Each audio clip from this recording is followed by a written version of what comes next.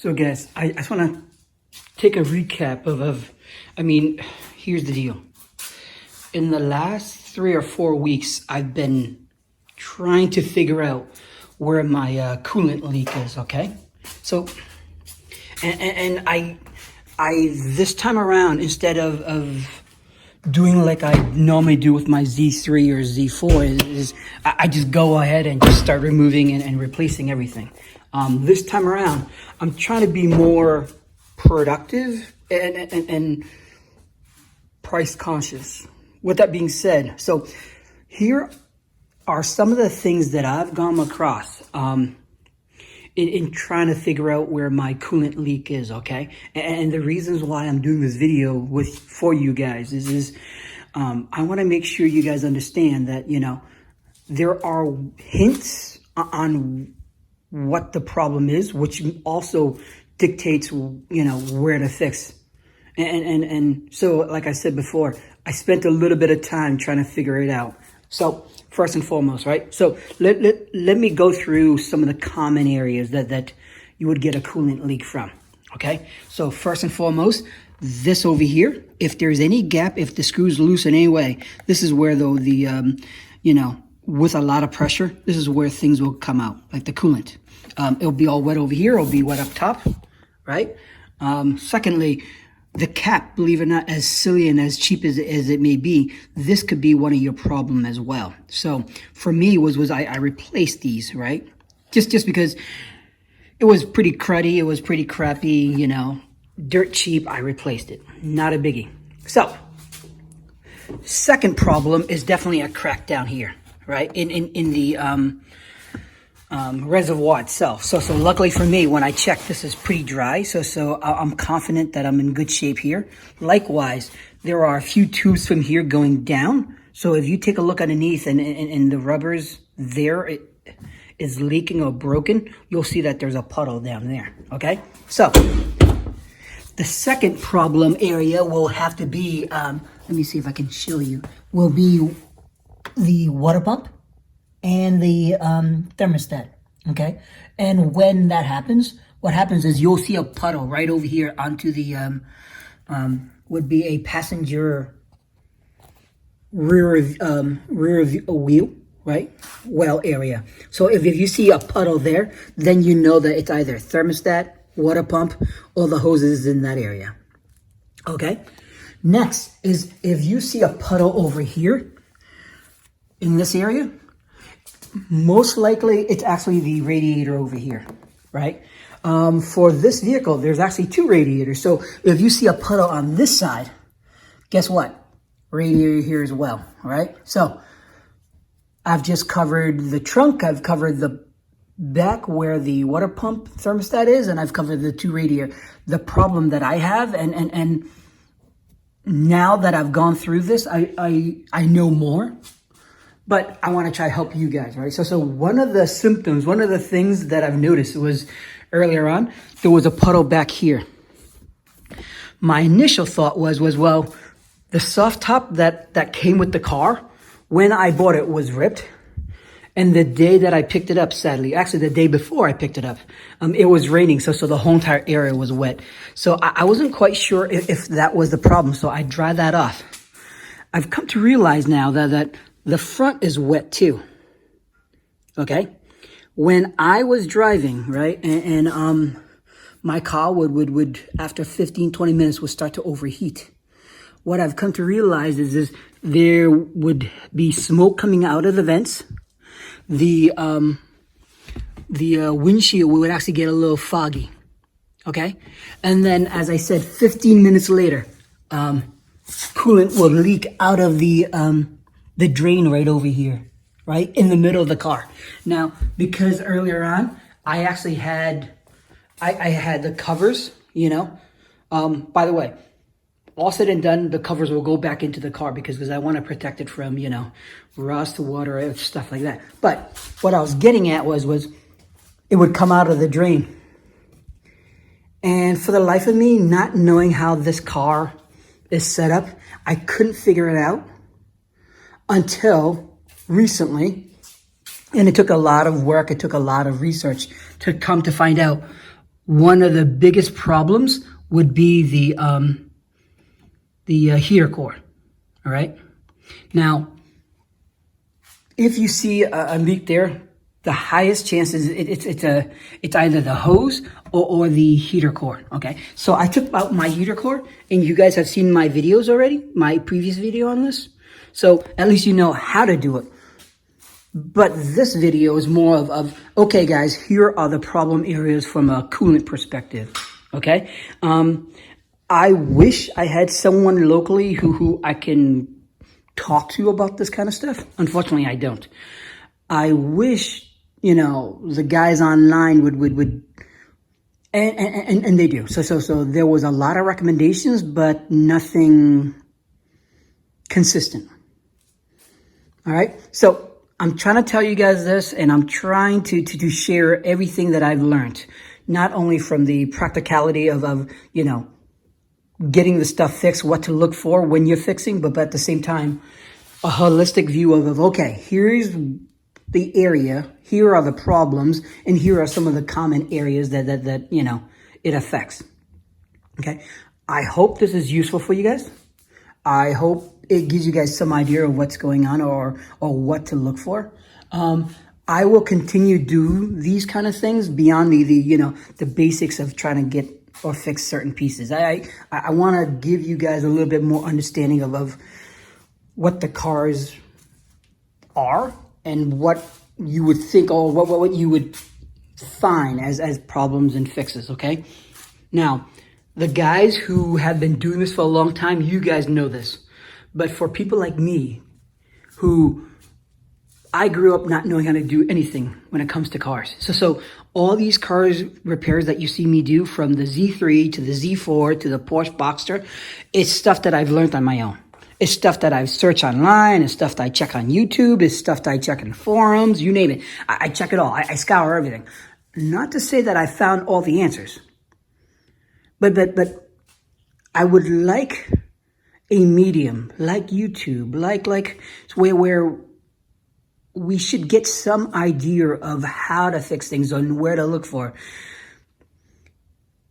We have a lot of smart people. However, sometimes they don't really like to share. For me, I'm trying to share, guys. Anything I learn, I'll share with you guys. It could be wrong, by the way. I'm not saying I'm professional at this. I mean, by far, I'm not professional at this. However, I do want to share what I can see, what I know, and I'm hoping down the road you guys can share with me. Okay, so I understand that I'm rambling on, but it took me 4 weeks, maybe a little more, to try to figure out what the problem is. Now looking back, if I had someone in my position who had this kind of problem, I would have said, okay, the leak is there. I'll tell you which parts to worry about, to replace. I've been worrying so much about repairing and fixing this, thinking that it's not pushing the coolant up, to realize that all the symptoms that I have from the wet floor, smoke, moisture in the thing, that kind of thing. And then, of course, the dump of the coolant, that the whole thing was all heater core. And better yet, if you guys take a look, you will find your heater core pricing from a Porsche dealer. All right, no big deal. You could probably find on Amazon too. All right, so like when I check, as of this moment, when I checked, Amazon have a few of them, not as much as all the other cars, but Amazon would have a heater core for $100 and a heater core for $300. If you take a look on eBay, you're probably going to see the range between $100 to $300. Do you know where I got my deal from? AutoZone. $50 AutoZone, shipped to your house the next day.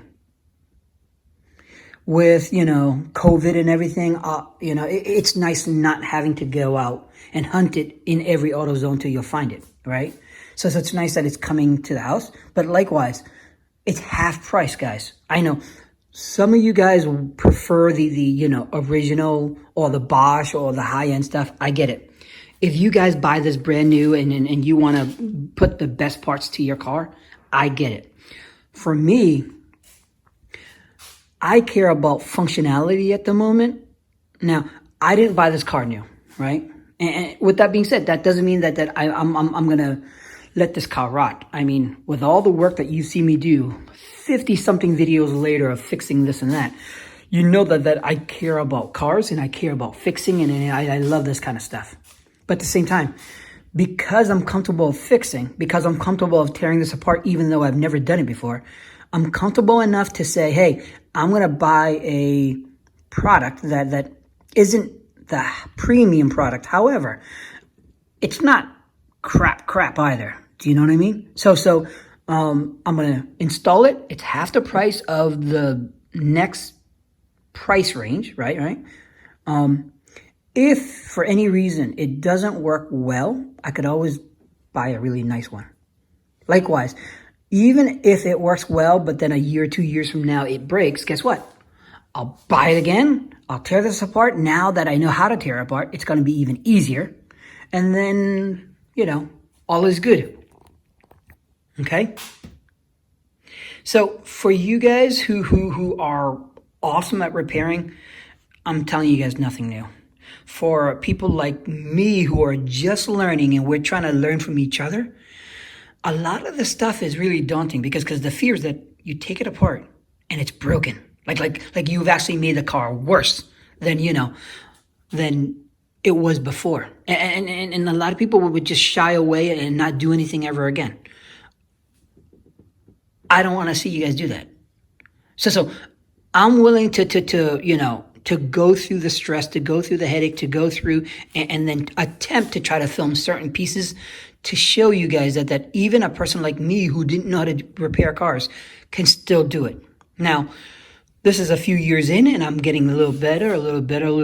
So it's not a fair comparison. But with that being said, it's not overly difficult either. Okay? So most of my videos are pretty short, 2 minutes, 5 minutes, take this out, do this. But then once in a while, I like to slow down and I like to talk to you guys and gals, of course. I mean, I want to see everyone try to fix their car, right? So I hope, at least from a coolant, scenario, coolant system perspective, I hope this is providing you guys value. Okay? And I will try to do more of these just to explain to you guys my rationale, my thinking, my methodology. They may not be right and they may not be perfect. But my goal, very similar to your goal, is to do what we can to get the cars running and then of course enjoy it more. Okay? Anyone could just buy a brand new car and drive and be happy. I get it. Anyone. But it takes, from my perspective, it takes someone who's willing to take on projects, who's willing to take on cars, who's willing to learn, who's willing to get their hands dirty. Just so that way the car that was in rough shape has a new lease in life. Secondly,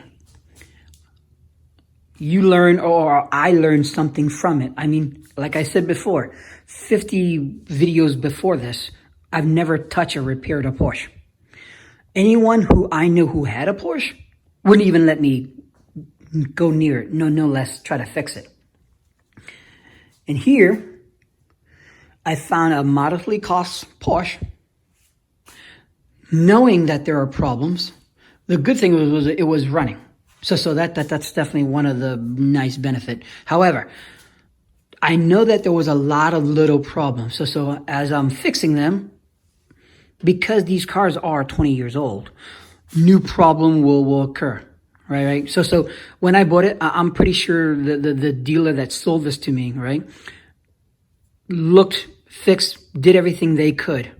There were little odds and ends, of course, but not anything drastic. And I'm sure that the heater core problem is either age or because of me.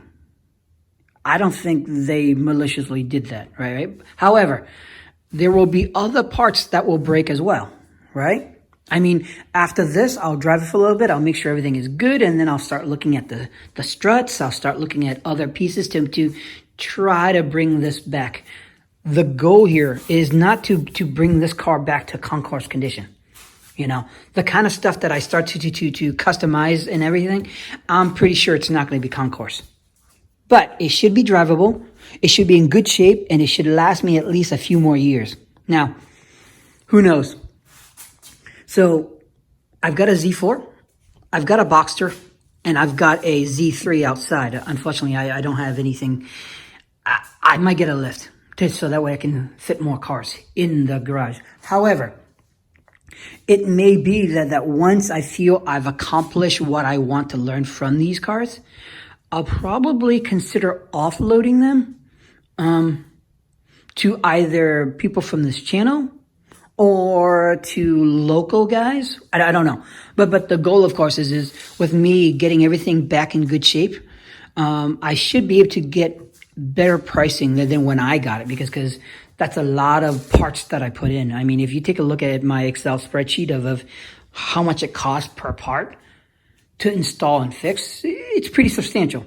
And then, of course, I'm not even counting the cost of labor, which you know, is a lot of sweat equity, right? So I think all said and done, these vehicles are better than when I got it. Most of the concern areas are fixed to get it at a better pricing. And the goal for me is not to make a profit. The goal for me is to get the money back and then invest it into another car. And I'll be honest, my next project car that I want is a Porsche 911 996. The reason being is because it puts me into the Porsche 911 section, but it's still very similar to the 986. So the stuff that we're learning together with me, you know, with me and you guys, with all your comments, and by the way, thank you very much for your comments. The goal is that anything we learn from here, it should fit into the 996 as well. Now, it's not going to be identical, right? It's going to be, for example, instead of having a mid-engine, it'll be a rear engine. So we have to start worrying about that kind of scenario and all of the, you know, parts that goes with that.